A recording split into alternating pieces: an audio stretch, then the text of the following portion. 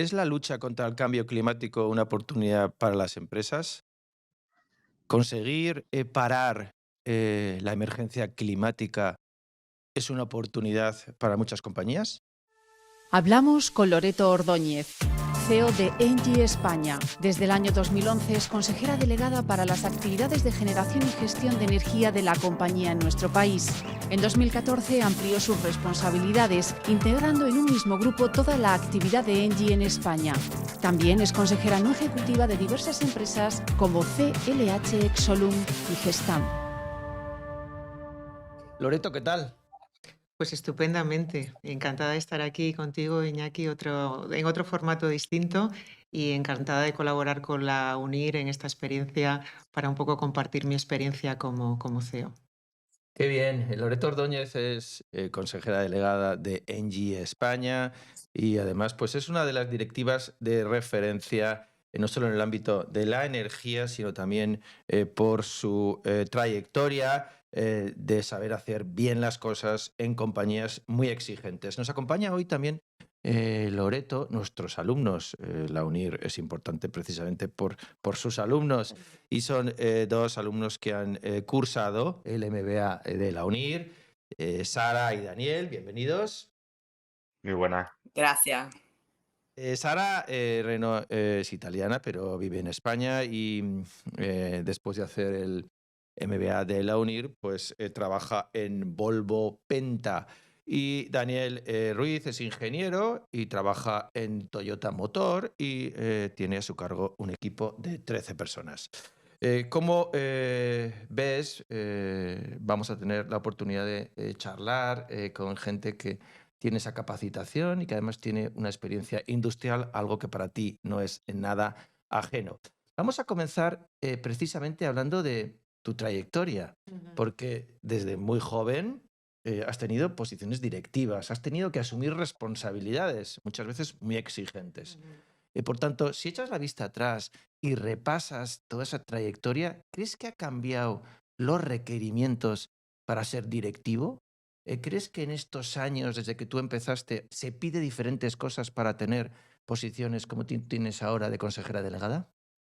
Totalmente, Iñaki. Ha cambiado muchísimo. Yo recuerdo cuando empecé mi carrera profesional, lo que se esperaba de un directivo fundamentalmente era una especialización en una materia determinada. Normalmente en el mundo de las finanzas, pues una especialización muy clara en finanzas, en el mundo de la energía, lógicamente, o en el mundo industrial, una carrera de ingeniero muy específica en determinados temas. Y yo creo que eso ha cambiado a lo largo de los últimos años. Ahora lo que se busca es básicamente una serie de competencias, no solamente técnicas, sino también una serie de perfiles que sean capaces pues de varias cosas. Primero, de tener la flexibilidad necesaria para adaptarse a todos los cambios que el mundo está incorporando, todos los cambios que los modelos de negocio están incorporando y por tanto tienes que tener un perfil que sea capaz de trabajar con equipos multidisciplinares. También se buscan mentalidades bastante abiertas en el sentido de que la manera de estructurar los negocios hoy en día, debido a globalización, debido a digitalización, debido a inteligencia artificial, es mucho más compleja. Por tanto, buscas esos perfiles, esas mentes abiertas que sean capaces también de incorporar todo ese vocabulario, todo ese conocimiento, toda esa nueva manera de hacer negocios, ¿no? Negocios mucho más complejos.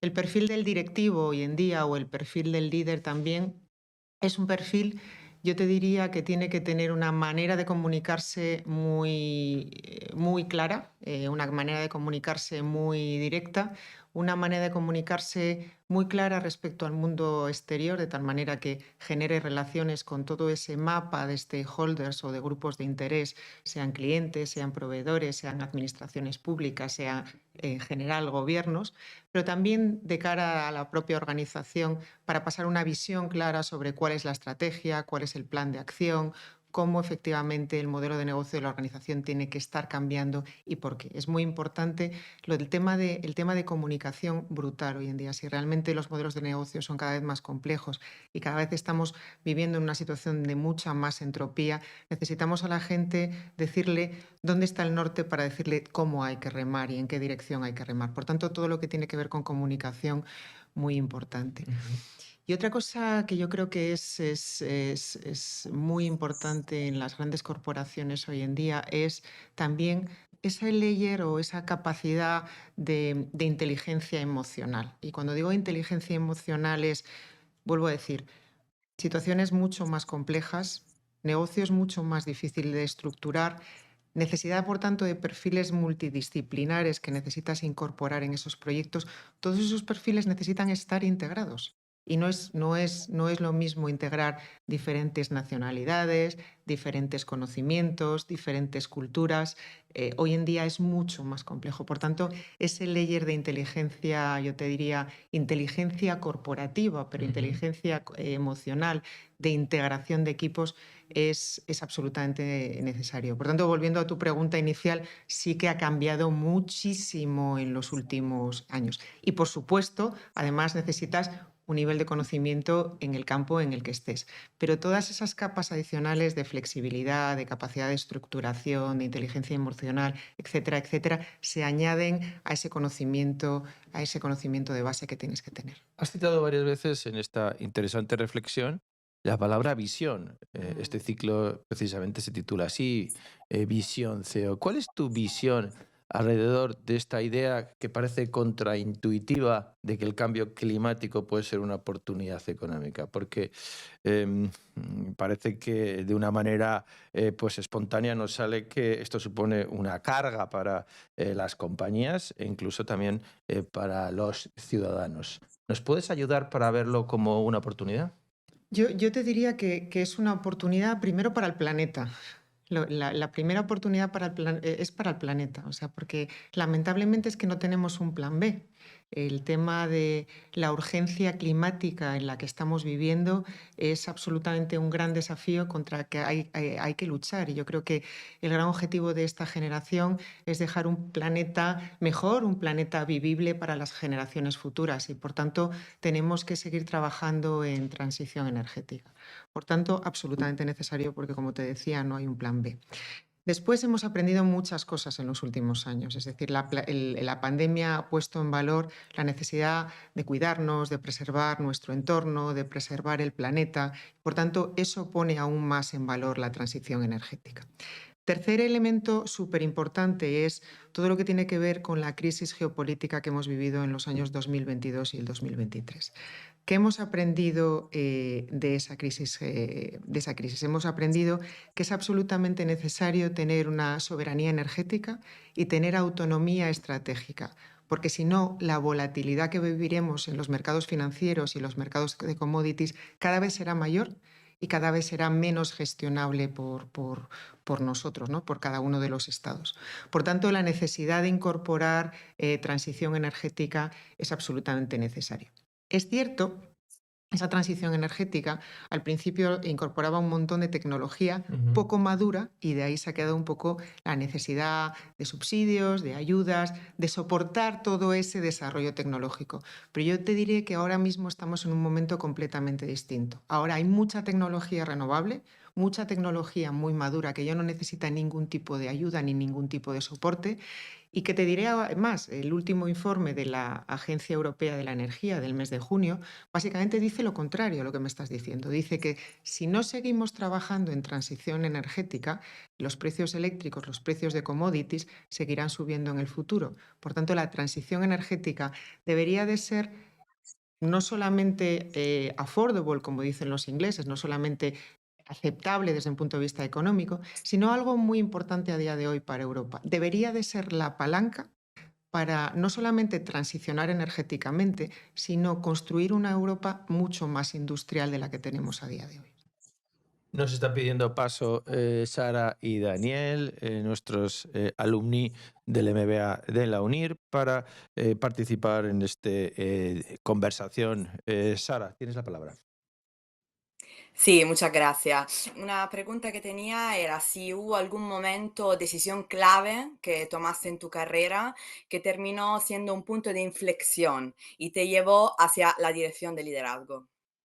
Muchísimas gracias, Sara. Encantada, además de tener una mujer hablando de liderazgo y además dedicada al mundo de los motores, el mundo industrial.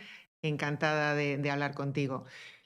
Mira, yo tengo bastante o tenía bastante claro desde muy jovencita que quería tener una carrera de gestión, que quería tener una carrera de gestión. Y de hecho yo creo que en mi casa siempre nos empujaron a ser mujeres independientes, a tener carreras profesionales interesantes, ¿no? Entonces, desde muy pequeña tenía claro que se me daban bien las matemáticas, que me gustaba la tecnología y por tanto estudié ingeniería. La ingeniería te abre un mundo muy amplio de oportunidades, pero sí que es cierto que la ingeniería, y vosotros ahora que estáis trabajando en compañías que tienen muchos ingenieros, verás que llega un momento determinado en tu carrera que tienes que tomar la decisión de sigas haciendo cosas técnicas o pasas al mundo de la gestión. Para mí, ¿cuál fue ese momento de inflexión? En el año 97-98 el mercado energético en España se liberaliza. Y yo trabajaba en una de las grandes compañías energéticas en España. En ese momento entran un montón de nuevos agentes en el mercado que intentan efectivamente emprender negocio y buscan profesionales que tengan ese conocimiento técnico, pero que además tengan esa ambición a dar el salto. No era un cambio evidente porque era pasar de una situación acomodada en una energética muy grande, en España no voy a decir el nombre, pero una energética muy grande, a algo muy pequeño, una compañía muy pequeña, muy grande en el negocio internacional, una compañía americana, pero que me daba la oportunidad de saltar a la gestión. No lo dudé. Para mí fue la oportunidad clara, que era el punto que yo quería realmente coger. Era el momento en el que podía capitalizar el conocimiento técnico y podía empezar a hacer gestión y de alguna manera también desde un punto de vista personal podía absorber ese riesgo. Te digo que fue una gran decisión y que nunca lo dudé. Te hablo de una situación que tomó, básicamente una decisión que tomó en el año 2000, con lo cual estamos en el 2024, llevo prácticamente haciendo 24 años de gestión en distintas actividades, siempre en el mundo de la energía, pero en distintos puestos y nunca me he arrepentido de esa decisión. Hay momentos en la vida en los que tienes oportunidades, nunca esas oportunidades vienen libres de riesgo, pero tienes que balancear si quieres coger ese riesgo o no, y en mi caso la decisión fue muy acertada. Daniel Ruiz es ingeniero también como tú y creo que va a profundizar en esa carrera directiva tuya.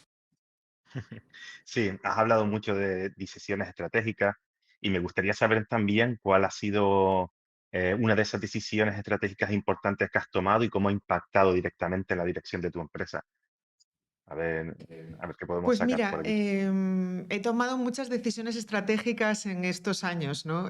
Pero hay una de las últimas que yo creo que se retrotrae posiblemente al año 2015-2016, en la que en la corporación en la que trabajo, para la que soy ejecutivo, tomamos la decisión de integrar todos los negocios que teníamos en España. Básicamente teníamos negocios distintos, dedicados a distintos temas energéticos, y lo que tomamos la decisión es de integrar todos esos negocios en una única compañía con la idea de montar un modelo integrado.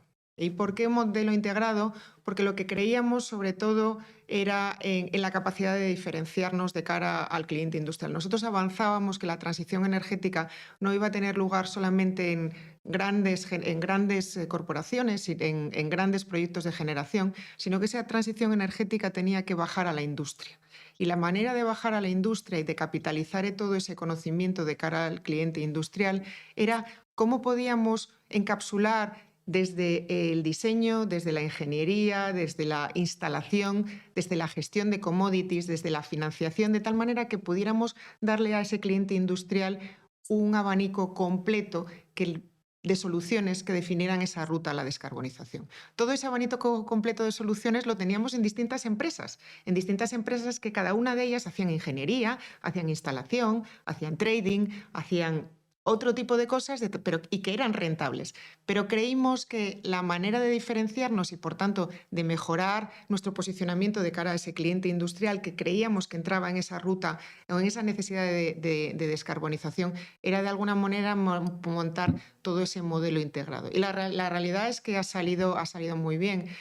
No te voy a decir de qué momento partíamos, pero el año pasado, como compañía, facturamos 16.000 millones de euros ya en España. O sea que creo que la apuesta fue, cuando menos, muy, muy positiva. Estamos Muchas conociendo gracias. mejor la trayectoria de Loreto Ordóñez con las preguntas de nuestros alumnos, antiguos alumnos del MBA de la UNIR. Y también nos interesa mucho conocer tu opinión alrededor de un tema que ha ido surgiendo, que es la tecnología y que es, pues, los avances tecnológicos disruptivos que estamos viviendo, que has vivido en tu trayectoria. Se habla de la inteligencia artificial y se habla de muchos puestos que desaparecerán, que serán sustituidos precisamente por esa inteligencia que evitará, pues, tareas repetitivas que no aportan valor, ¿no? En un sector como el tuyo, en el que pues la tecnología es tan clave, en el que se supervisa todo tecnológicamente y que mucha mano de obra está desapareciendo, vamos hacia unas empresas energéticas en las que apenas haya trabajadores, en las que y simplemente haya pues supervisores de inteligencia artificial. ¿Crees que en el futuro se reducirá tanto la pirámide laboral en tu sector?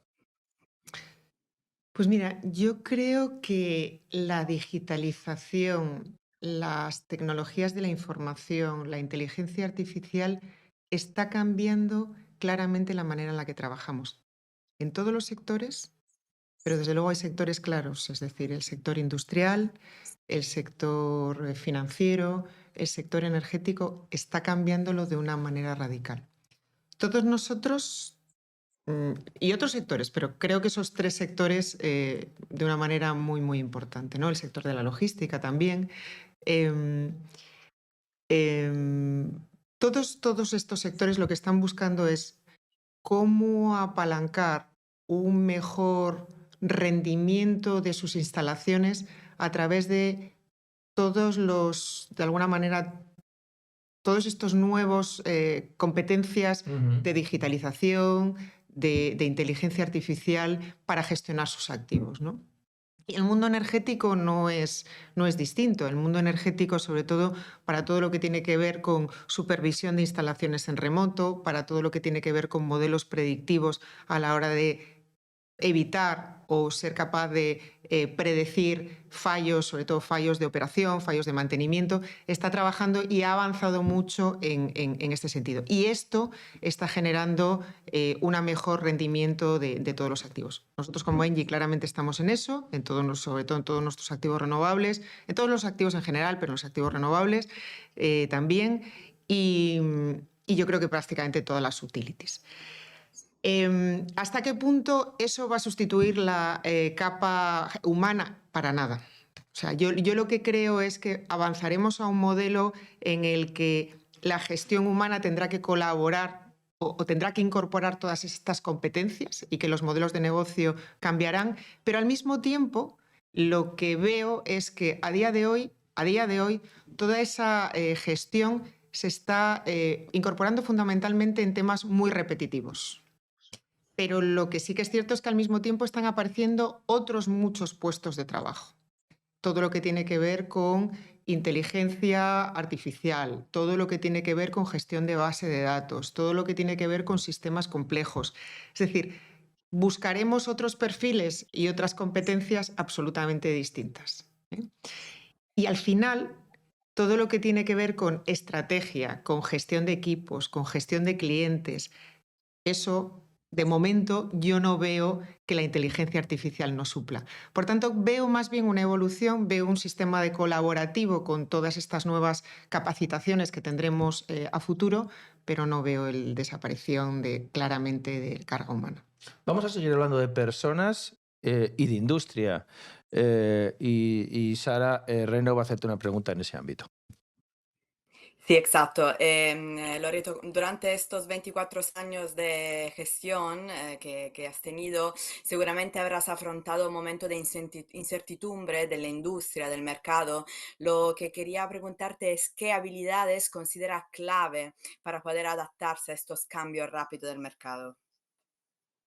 Pues mira, durante 24 años de carrera dedicada al mundo energético, en el que si tú ves las curvas de precios de combustibles, de precios de petróleo, de precios eléctricos y demás, ves muchísimos cambios.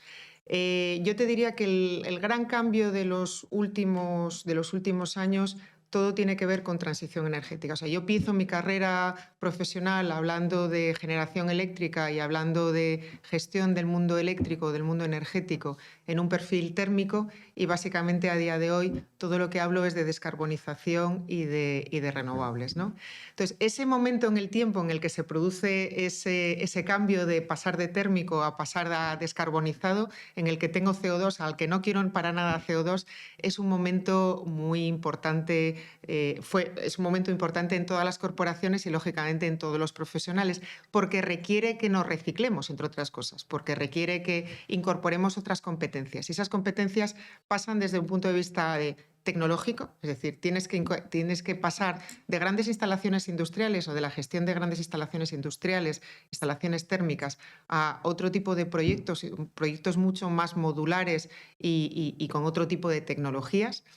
Tienes que ser capaz de, en ese momento en el tiempo, de modelos de negocio muy establecidos y muy convencionales a tecnologías muchísimo menos maduras, y para hacerlas rentables, ser capaces de estructurarlas en unas fórmulas absolutamente distintas. O sea, empiezas a incorporar project finance, empiezas a incorporar toda la parte de gestión en mercados merchant, empiezas a incorporar una serie de competencias muy importantes.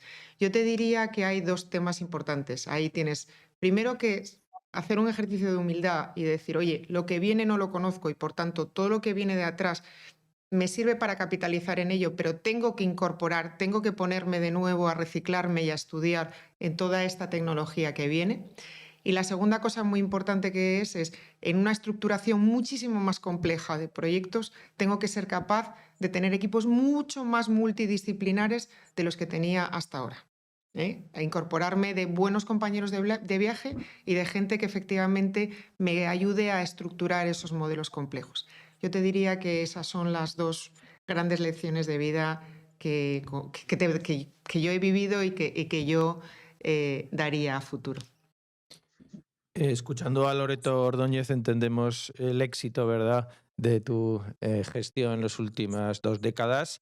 Es la consejera delegada de ENGIE España, pero también pues ese conocimiento es muy valorado por compañías que confían en su gobierno corporativo para que también pues les asesores o puedas poner negro sobre blanco estas cuestiones en sus máximos órganos de gobierno.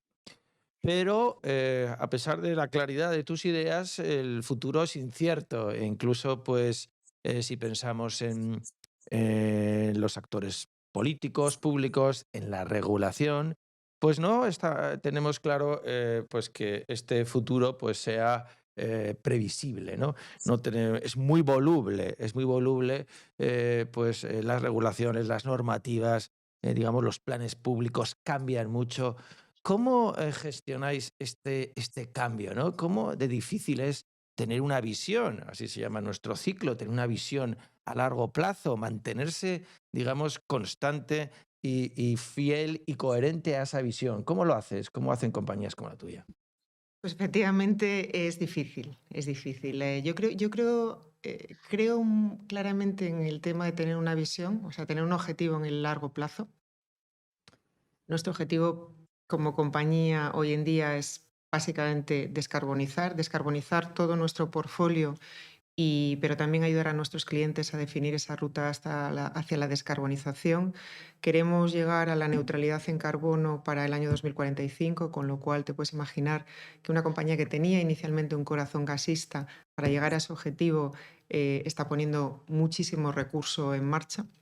recurso de todo tipo, recurso humano, recurso financiero, estructuraciones de negocio o reestructuraciones de negocio, pero es importante.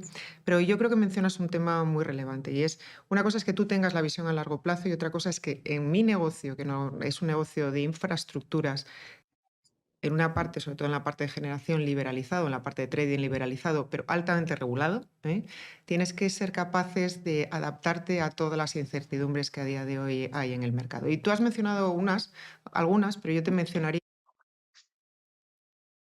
día de hoy en el mercado es básicamente la situación de los mercados financieros y la situación de los mercados de commodities. Es decir, tenemos muchísima volatilidad en los mercados de commodities, los precios de combustibles, hemos visto lo que ha pasado en los últimos años, cambia mucho y la situación de los mercados financieros cambia mucho y eso hace que normalmente la rentabilidad que tú tenías diseñado en un plan de desarrollo, por ejemplo, masivo de renovables, te esté cambiando muchísimo a lo largo del tiempo. Y por tanto, necesitas adaptarte, necesitas incorporar nuevas competencias, necesitas reestructurar, buscar deuda, buscar socios para ese tipo de proyectos. Necesitas meter mucha más complejidad en esos proyectos.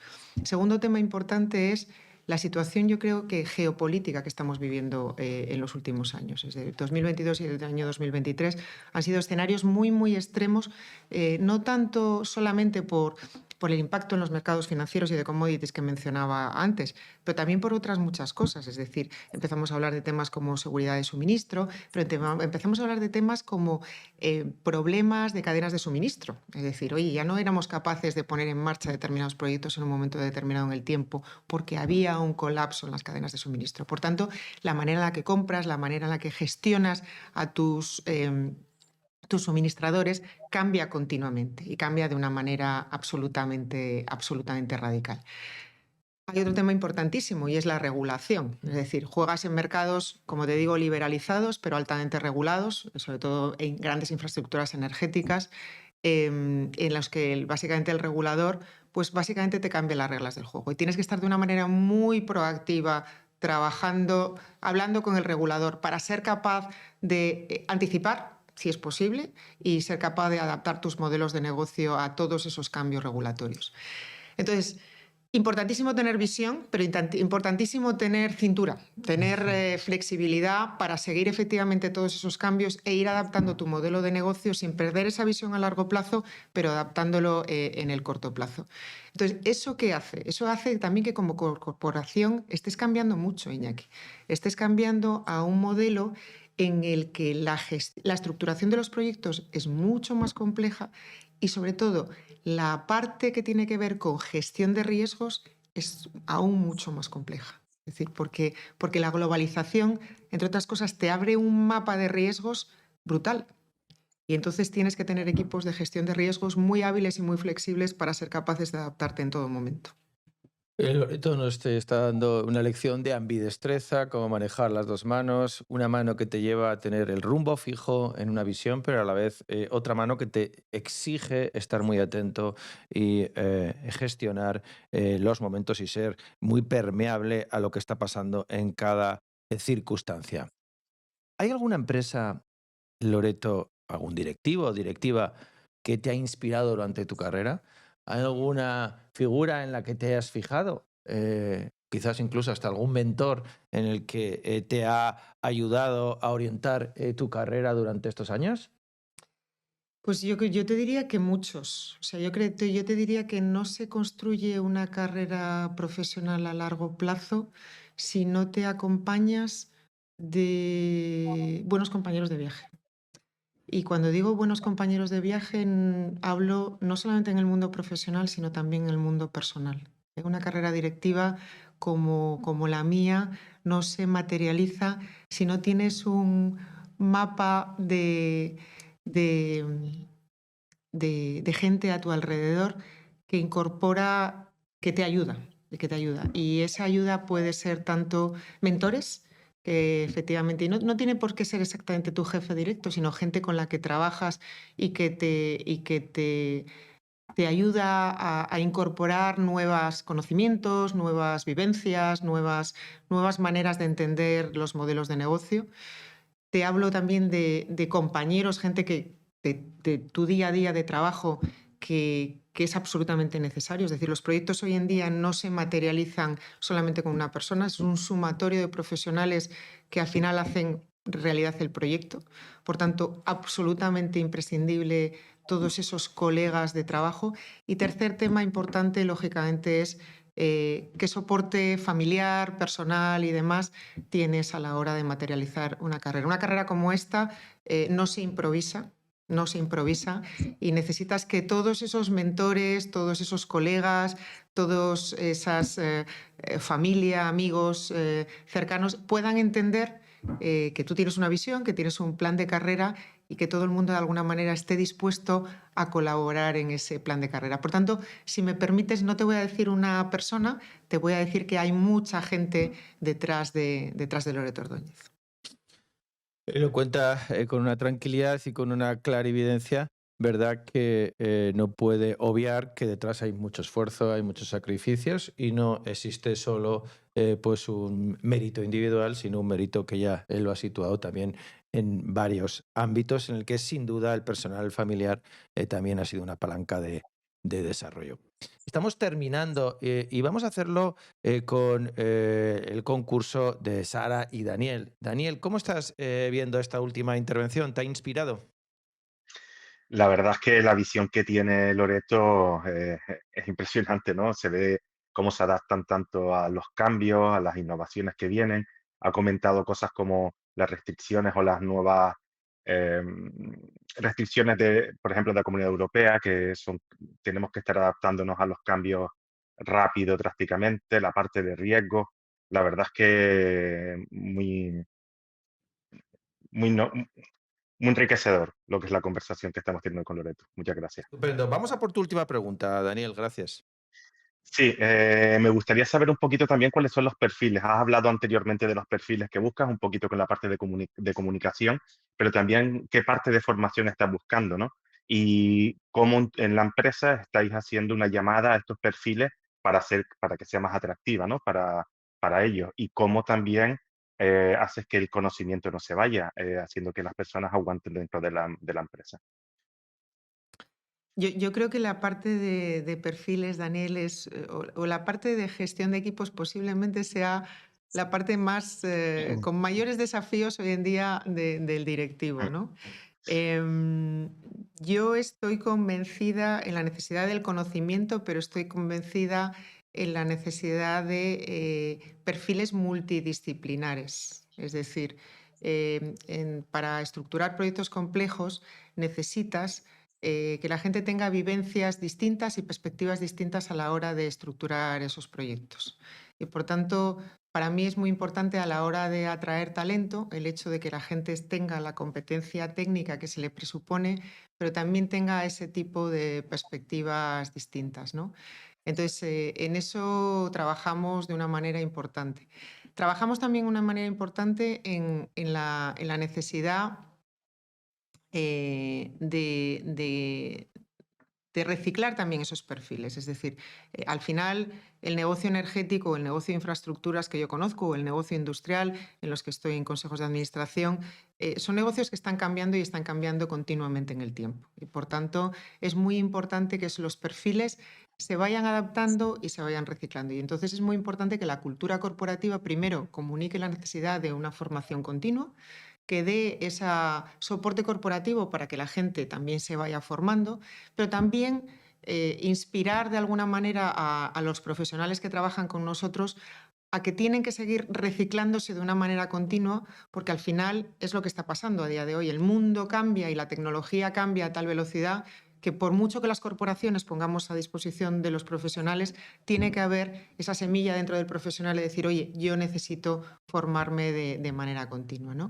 Mm. Y luego, si te digo la verdad, en tema de atracción del talento, a ver, como compañía, como tenemos una visión clara y un mandato muy claro de trabajar en transición energética, trabajar en descarbonización, y eso tiene un impacto muy positivo en el planeta, la verdad que tenemos una marca muy buena.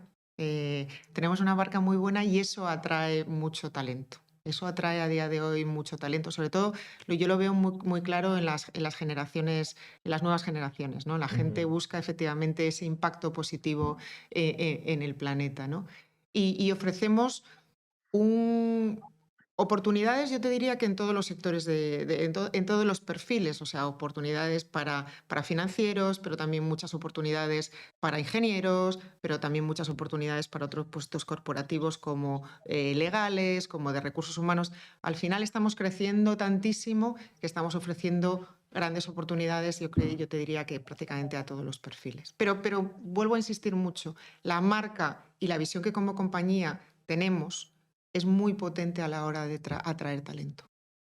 Empezamos con una pregunta de Sara Reno. Vamos a terminar también Visión CEO con Loreto Ordóñez con otra pregunta de nuestra alumni del MBA de la UNIR, Sara.